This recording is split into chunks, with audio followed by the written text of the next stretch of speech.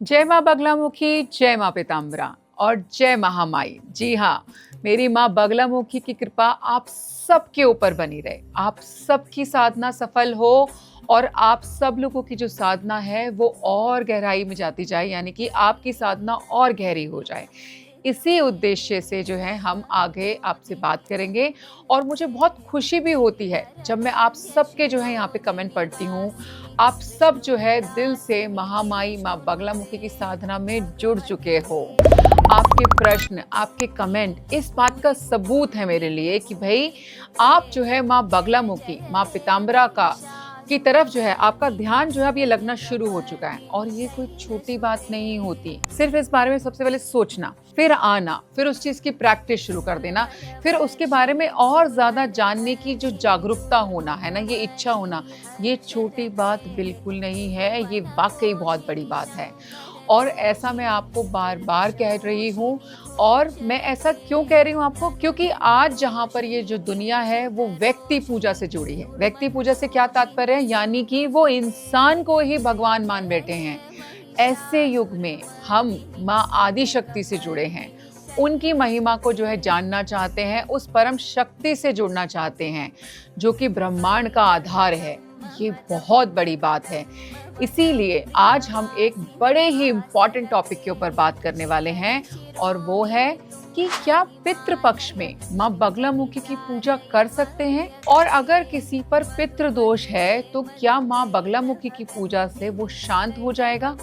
आइए इन सब सवालों के जवाबों को आज हम खोजेंगे। लेकिन साधकों, पितरों की कृपा का जो है वो बहुत ही ज्यादा महत्व होता है। पितृ अगर आपसे प्रसन्न होते हैं, आपसे संतुष्ट हैं, तो आपके जीवन में जो है सुख समृद्धि सब कुछ आती है। जीवन में सुखी भी रहते हैं आप लोग। अगर वो संतुष्ट नहीं है तो आपका जीवन सांप सीढ़ी का खेल बन जाता है। आप टॉप पर पहुंचकर जो है वो नीचे गिर सकते हैं वापस से।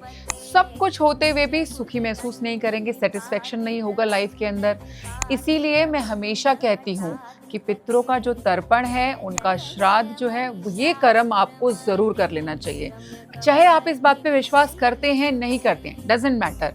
लेकिन आपको पता है कि ये दिन चल रहे हैं और ये दिन बहुत खास भी हैं, तो ऐसे में जो है आपको अपने पितरों का तर्पण और श्राद्ध कर्म जो है वो जरूर करना चाहिए। उनके प्रति जो है आपकी श्रद्धा, उसको भी आप जरूर प्रकट करें।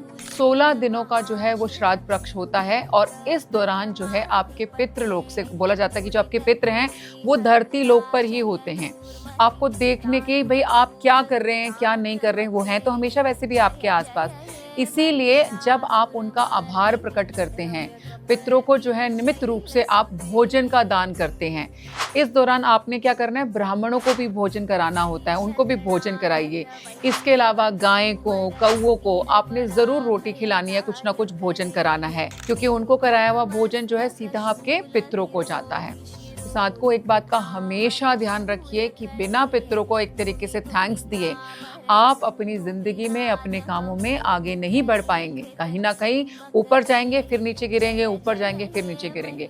तो अगर आपको अपने पितरों की, अपने पूर्वजों की जो है ब्लेसिंग्स लेनी है तो उनका श्राद्ध भी करना चाहिए, है ना, उनका तर्पण भी करना चाहिए और उनको निमित्त रूप से आपने ये भोग भी अर्पण जरूर करना है। कई लोग जो है मेरी इस बात का ये मतलब भी निकाल सकते हैं कि पितृपक्ष के दौरान आप पूजा पाठ नहीं कर सकते, मंत्र जाप नहीं कर सकते। लेकिन क्या वाकई ऐसा होता है? तो ऐसा बिल्कुल भी नहीं होता है। आपने नियमित रूप से अपनी पूजा, उपासना, अपना मंत्र जाप जो है वो करते रहना है। आप करते आए हैं पहले से भी, तो आपने यहाँ पे रुकना नहीं, आप बिल्कुल ये कर सकते हैं। अब प्रश्न ये है कि क्या जो माँ बगलामुखी के साधक हैं वो पितृपक्ष में माँ पीताम्बरा की साधना कर सकते हैं? तो इसका जवाब है बिल्कुल हाँ। 100% आप माँ बगलामुखी की पूजा पाठ कर सकते हो, साधना कर सकते हो। ये एक बहुत बड़ा मिथ है कि पितृपक्ष में जो है हम भगवान की पूजा नहीं कर सकते। आप माँ पीताम्बरा, महामाई की साधना कर सकते हैं, बिल्कुल कर सकते हैं। अगर आपके पूर्वजों में कोई शक्ति का उपासक रहा होगा, माँ पीताम्बरा का उपासक रहा है, यानी कि मान लीजिए आपके दादा नाना पक्ष में से कोई भी है ना, किसी भी अपनी लाइफ टाइम के अंदर महामाई, महाविद्या के किसी भी रूप का उपासक रहा है, तो ये आपके लिए बहुत ही अच्छी बात है। जब आप माँ बगलामुखी की पूजा करेंगे, उनका ध्यान करेंगे, तो आपके पितृ भी जो है इस बात से प्रसन्न होंगे। और जो है ऐसा नहीं है कि भई अभी कोई बात नहीं, आप फिर जो है कभी बाद में बगलामुखी माँ की उपासना कर लेंगे, तो ऐसा नहीं होता, ठीक है? आप बिल्कुल कर सकते हो, बस एक शर्त यहाँ पर है कि आप अपने पितरों का तर्पण भी जो है विधि-विधान से करेंगे। क्योंकि पितरों का तर्पण अगर आपने सही से कर लिया, तो आपके पितृ जो हैं, वो खुद आपको माई की साधना में सपोर्ट भी करने लग जाते हैं। आपके मांगलिक कामों में रुकावट नहीं आने देंगे और ना वो खुद कभी जो है इन कामों में आपके लिए रुकावट बनेंगे।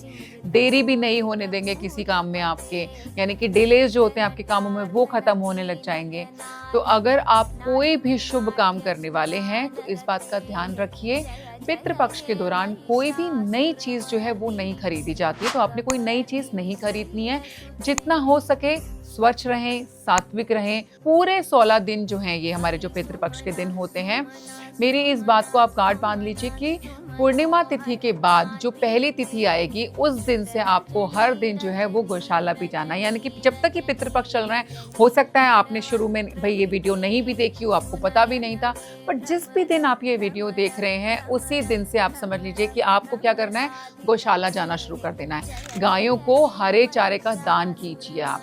और अगर आपके लिए पॉसिबल नहीं है, तो आप गायों को जाकर के रोटी भी खिला सकते हो। आप उनको रोटी की व्यवस्था करो और जाकर के रोटी खिला दो। और ये एक दिन की बात नहीं है, मैंने बताया ना, आप कंप्लीट पितृपक्ष में, भलाई आपको पहले दिन पता चल रहा है इस बात का, 5वें दिन पता चल रहा है, 7वें दिन पता चल रहा है, पर जिस दिन से भी पता चल रहा है, तब तक जब तक पितृपक्ष चल रहे हैं, आपको रोज जो है गाय को रोटी खिलानी चाहिए। और गाय को जाकर के अगर आप हरा चारा दान कर सकते हैं, तो ये तो बहुत ही अच्छी बात है। ये आपको रोज करना है, रिपीटेंस में, ठीक है? इसके अलावा जो है आप अपने पितरों का जल से भी तर्पण कर सकते हैं। 16 दिन तक जो है आप जाइए पीपल के पेड़ में, यानी कि पीपल के वृक्ष में जल और काले तिल उसके अंदर आप जरूर मिला लीजिएगा। उसको ले जा करके आप अर्पित करके आएंगे डेली। अपने कुल गोत्र का नाम लेकर के जल का आपने एक तरीके से दान करना है, ठीक है? आपको अपना कुल गोत्र पता होगा। आपने एक लोटा पानी लिया, उसके अंदर काले तिल डाले और जाकर के पीपल के पेड़ में डाल करके आ गए। बस ये 3 काम जो है एक तरीके से। और हाँ, एक और चीज़ और, आपने शाम के समय जो है सरसों का दीपक जो है वो भी ज़रूर जलाना है। ये 3 काम आपको पूरे 16 दिन तक करने हैं। ये काम आप बस करके देखिए और फिर देखिएगा कि आपके जीवन में आखिर क्या होता है। मुझे किसी ने पूछा था कि हम किसी मंदिर में माँ बगलामुखी का तर्पण और श्राद्ध कर्म जो है वो कर सकते हैं? तो साधकों, आप अपने पितरों का श्राद्ध कर्म जो है मंदिर में कर सकते हैं। मंदिर के बाहर जो है ये जो बहुत बड़ा प्रांगण होता है, ओपन स्पेसेस होते हैं हमारे टेम्पल्स के अंदर। यहाँ पे आप किसी भी योग्य पंडित से जो है इस कार्य में अपनी मदद ले सकते हो। आप उनको बोल सकते हो कि हमारे को अपने पितरों का तर्पण कराना है। माँ बगलामुखी के मंदिर में भी जो है आप श्राद्ध कर्म जो है कर सकते हैं, लेकिन एक काम वो आप अपने घर में कर सकते हैं, और वो क्या है? पंचबली। जी हाँ, पंचबली के बारे में मैंने आपको पहले भी अपनी पिछली वीडियो में बताया हुआ है, लेकिन पितृपक्ष में जो पंचबली होती है वो बिल्कुल अलग होती है। इसे जो है आप अपने पितरों के नाम पे नाम लेकर के, उनका नाम सोच करके फिर पितरों के नाम से जो है अर्पित कर सकते हो। यहाँ पे पितृपक्ष वाली पंचबली क्या है, आइए इसे समझते हैं। पंचबली में 5 बलियां शामिल होती हैं, जिनमें आती है सबसे पहले गोबली, है ना, श्रान बलि, काक बलि, देव बलि और मानव बलि। अब ये क्या होता है? गोबली यानी कि गाय का भोजन, गाय की रोटी जो आप निकाल रहे हो, चारा है या अन्य भोजन जो है, उसको अर्पित करना किया जाता है, और उसी को हम क्या बोलते हैं? गोबली यहाँ बोलते हैं, जो पितरों की संतुष्टि के लिए किया जाता है।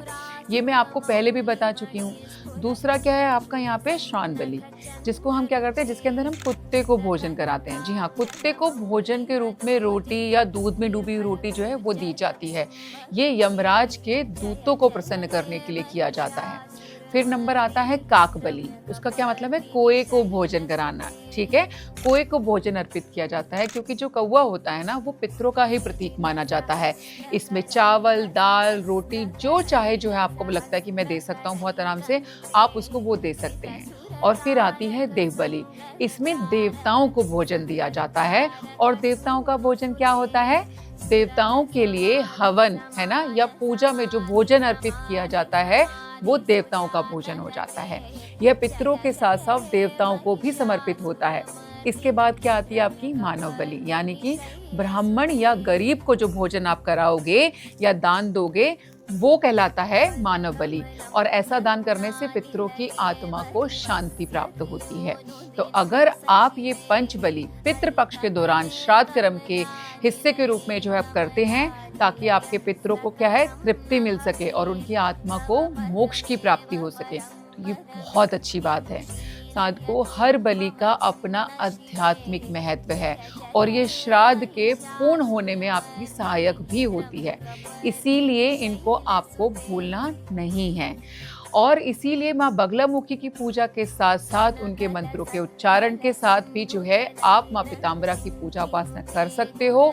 लेकिन मैं फिर से रिपीट कर देती हूँ कि पितृपक्ष में आपको अपने पितरों की संतुष्टि का ज़रूर और ज़रूर ध्यान रखना है। आपके पितरों की कृपा जो है वो आपके ऊपर बनी रहे। मेरी माँ बगलामुखी, मेरी महामाई की कृपा आप सबके ऊपर बनी रहे, यही इच्छा है बस मेरी। आपकी साधना सफल हो। माँ पीताम्बरा, मेरी माँ राज राजेश्वरी, माँ बगलामुखी आपको ज्ञान दे, सही और गलत में भेद करने की शक्ति दे। तो साथ को आज के लिए बस इतना ही। पितृपक्ष में जो चीज़ें मैंने आपको बताई हैं वो आपने ज़रूर करनी है। ऐसा करने से लाभ तो आप ही को होने वाला है। अगर कोई और जिज्ञासा है, कुछ पूछना चाहते हैं, तो नीचे कमेंट सेक्शन में करके भी मुझे ज़रूर बताएं। हमारी ये पूरी कोशिश रहती है कि आप जो कुछ भी जानना चाहते हो उन्हीं टॉपिक्स को लेकर के हम अपनी अगली वीडियो भी बनाएं।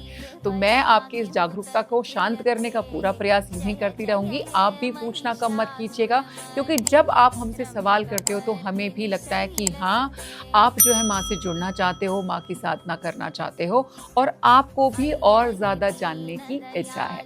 जय माँ बगलामुखी, जय माँ पीताम्बरा।